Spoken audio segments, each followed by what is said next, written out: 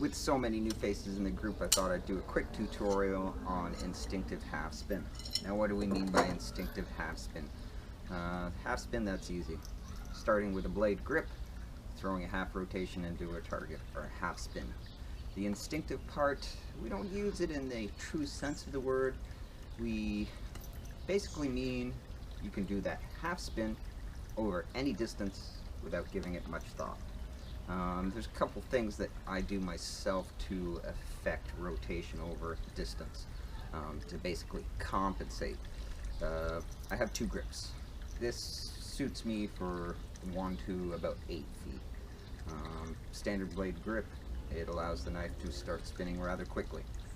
Once I get out to further distances beyond 10 feet, then I put my finger on the spine. What this does is it actually slows rotation. It takes longer for the knife to start spinning. And it's all about inertia, the forces that we are applying to the knife. You know, this centrifugal force that's happening is affected by both our throw and our grip. For me anyway, they're the main two things that I change. So again, our grip, 1 to 8 feet, standard blade grip. Out to further distances, we slow the rotation by putting the finger on the spine. Next part we'll show you at the target. Second thing to discuss, length of throw. We're in the 1 to 8 foot range, so we're using our standard blade grip. At this distance though, if I were to throw a full throw, I'm going to hit with the handle. The knife's going to leave my hand about here. It's going to be bad. So at this distance, I need to compensate. I need to speed up that rotation. The way I do that is with a very short throw with an abrupt stop. It applies a lot of force to the handle while the point is still trapped in my hand, which gets it spinning rather quickly. We move back a little bit. We don't need that abrupt stop, but it's still a very short throw. Back further, a little longer throw.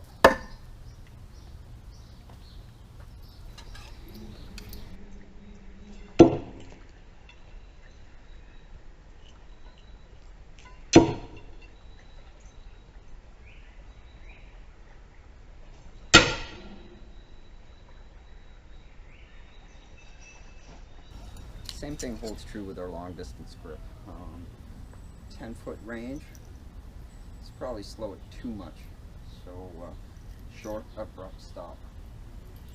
A little further, we don't need the abrupt stop.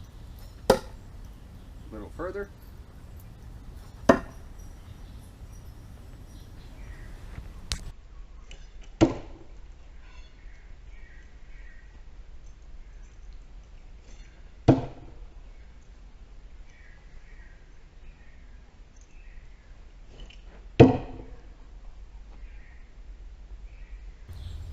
Just like with everything, the key here is practice. You put enough knives into your target and eventually this all becomes second nature. You don't have to give it much thought, you don't have to think about it. It's just you see your distance and you know exactly how you have to compensate, be it grip, either or length of throw. Now I noticed while I was doing this that my short throws, I'm tending to throw, keeping my elbow tucked in to throw short. You know, and as I go, my throws get bigger, but that's a good way to keep your throw short, is to just throw with your forearm as opposed to your whole arm like I was doing. But there's lots of different ways, lots of different techniques. These are just things that work for me.